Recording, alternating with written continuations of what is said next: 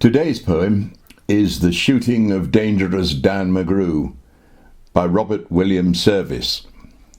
It's requested by Chris Fry, who recalls that it was one of his dad's favourites and that both his parents were leading lights in the Barnstormers, a theatrical group who performed the entire ballad in the 1950s in the village hall at Monkton Combe, which is just outside Bath. It's a pleasure to record something that is so redolent of memories. I won't even attempt the appropriate 49er cowboy accent that this ballad demands, and which I expect Chris's dad perfected. I know of old that my Texas drawl usually visits Australia and South Africa in the one sentence, and occasionally pops back to Billingsgate to regroup. I hope that doesn't dilute the experience too much for Chris. Service's style is sometimes defined as doggerel, but it's far from artless. In his day he was often compared with Kipling, whose own fluency was belittled by the same classification. None of this dismayed Service, however. On our walk today, Mike Putnam told me that Service is also reputed to have written Eskimo Nell.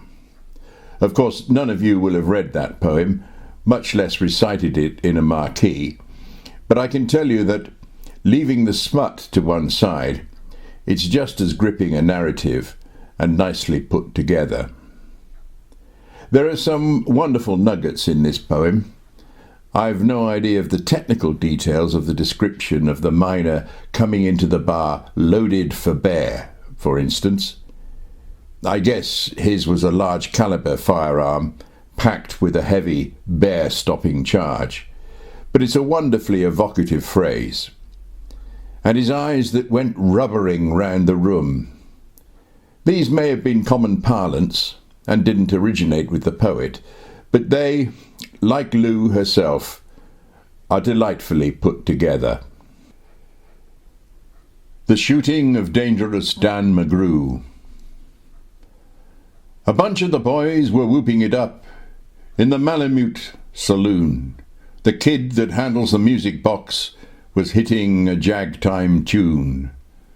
Back at the bar in a solo game sat Dangerous Dan McGrew, and watching his luck was his light o' love, the lady that's known as Lou.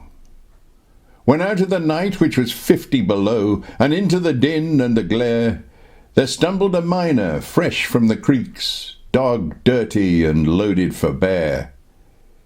He looked like a man with a foot in the grave, and scarcely the strength of a louse. Yet he tilted a poke of dust on the bar, and he called for drinks on the house. There was none could place the stranger's face, though we searched ourselves for a clue. But we drank his health, and the last to drink was Dangerous Dan McGrew. There's men that somehow just grip your eyes and hold them hard like a spell.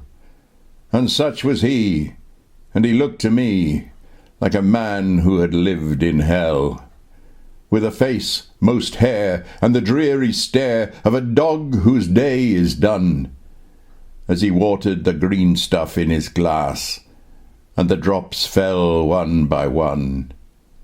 Then I got to figuring who he was, and wondering what he'd do, and I turned my head, and there watching him was the lady that's known as Lou. His eyes went rubbering round the room, and he seemed in a kind of daze, till at last that old piano fell in the way of his wandering gaze. The ragtime kid was having a drink. There was no one else on the stool. So the stranger stumbles across the room and flops down there like a fool. In a buckskin shirt that was glazed with dirt, he sat, and I saw him sway. Then he clutched the keys with his talon hands. My God, but that man could play.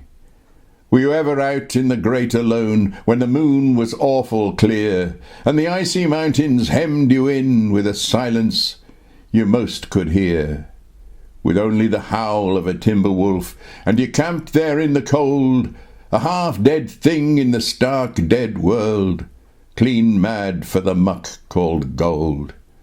while high overhead, green, yellow, and red, the northern lights swept in bars.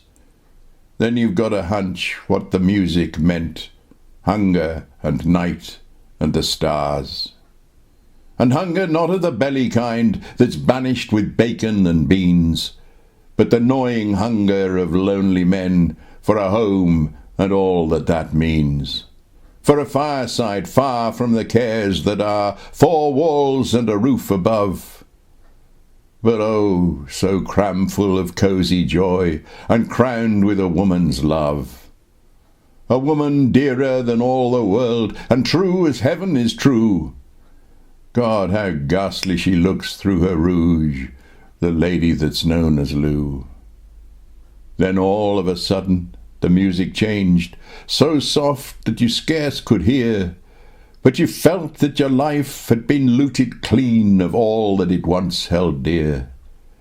That someone had stolen the woman you loved, that her love was a devil's lie, that your guts were gone and the best of you was to crawl away and die.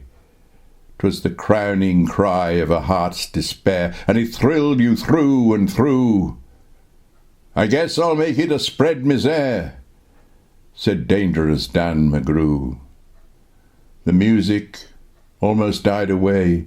Then it burst like a pent-up flood, and it seemed to say, "Repay, repay!" And my eyes were blind with blood.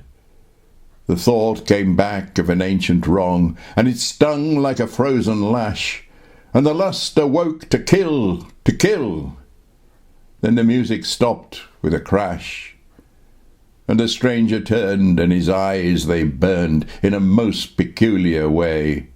In a buckskin shirt that was glazed with dirt he sat, and I saw him sway. Then his lips went in a kind of a grin, and he spoke, and his voice was calm. "And, boys," says he, "you don't know me, and none of you care a damn. But I want to state, and my words are straight, and I'll bet my poke they're true, that one of you is a hound of hell, and that one is Dan McGrew." Then I ducked my head, and the lights went out, and two guns blazed in the dark, and a woman screamed, and the lights went up, and two men lay stiff and stark. Pitched on his head and pumped full of lead was dangerous Dan McGrew, while a man from the creeks lay clutched to the breast of the lady that's known as Lou. These are the simple facts of the case, and I guess I ought to know. They say that the stranger was crazed with hooch, and I'm not denying it's so.